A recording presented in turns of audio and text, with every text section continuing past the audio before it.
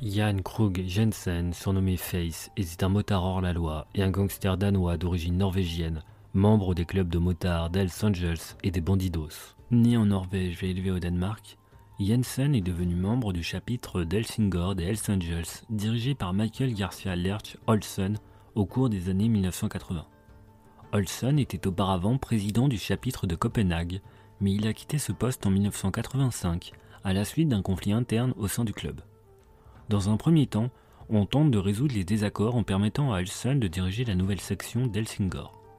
Cet arrangement n'a toutefois pas duré, et l'année suivante, le chapitre a été dissous et Olsen a été exclu du club. Après la dissolution des Hells Angels à Helsingør, Jensen s'associe à la communauté des motards de l'autre côté du détroit d'Øresund, en Suède. Il est d'abord membre du White Trash MC à Scania, où il joue le rôle de leader et d'organisateur en collaboration avec Michael Lundgren. À l'époque, les White Trash avaient pour ambition de se faire admettre au sein des Hells Angels. Le club s'est dissous à la suite d'une opération de police qui s'est soldée par l'emprisonnement de Lundgren. Jensen et Lundgren ont rejoint le Morbid MC nouvellement fondé en 1991. Les Morbids se sont vus offrir la possibilité d'adhérer aux Hells Angels à condition de fusionner avec les Rebels MC, un groupe de motards rival avec lequel ils s'étaient déjà affrontés. Refusant l'offre, ils s'alignent sur les Bandidos dont les seuls chapitres en Scandinavie à l'époque se trouvaient en Zélande. Jensen s'installe officiellement en Suède en 1993 à Valkra, près d'Helsingborg. Les Morbids sont devenus un chapitre probatoire des Bandidos en janvier 1994 avant d'être officiellement rattachés le 28 janvier 1995. Le refus des Morbids de capituler devant les Hells Angels plus importants a fait partie d'une chaîne d'événements qui a conduit au début de la guerre des motards nordiques. Après le meurtre de Michael Lundgren en juillet 1995, Michael Garcia Olsen est devenu président de la section des Bandidos à Helsingborg, basée dans une ferme laitière transformée en club non loin de là.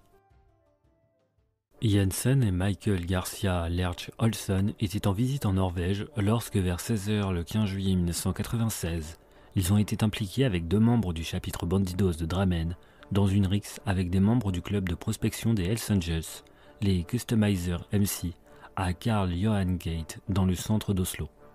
La bagarre a commencé après qu'un membre des Customizer ait renversé les motos garées par les Bandidos. La police est rapidement arrivée sur les lieux et a mis fin aux violences avant qu'elles ne dégénèrent. Les motards des Bandidos ont reçu l'ordre de quitter les lieux, tandis que la police prenait les coordonnées de l'autre partie.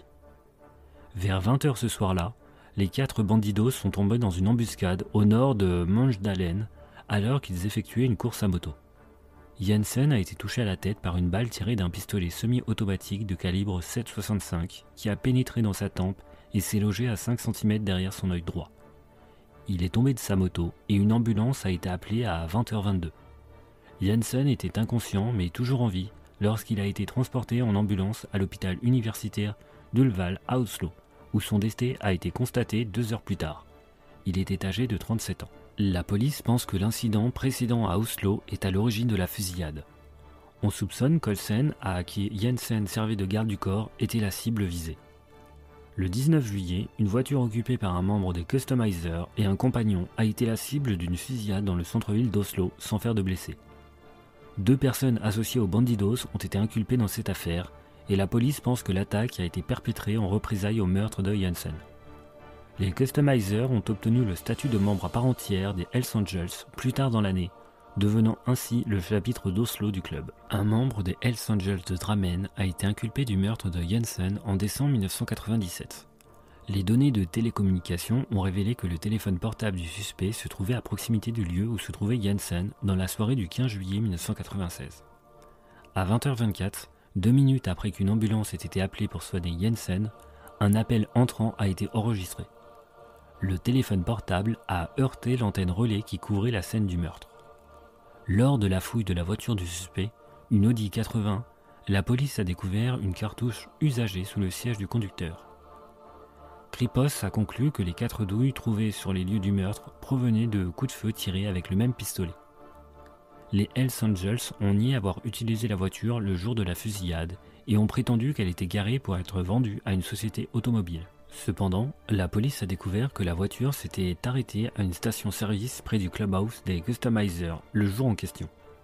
Bien que le tribunal ait estimé qu'il avait été prouvé que l'accusé se trouvait dans le secteur et que la découverte de la cartouche vide dans la voiture pouvait le relier au meurtre, il a bénéficié d'un doute raisonnable et a été acquitté de meurtre avec préméditation et de complicité dans la mort de Jensen le 11 juin 1998.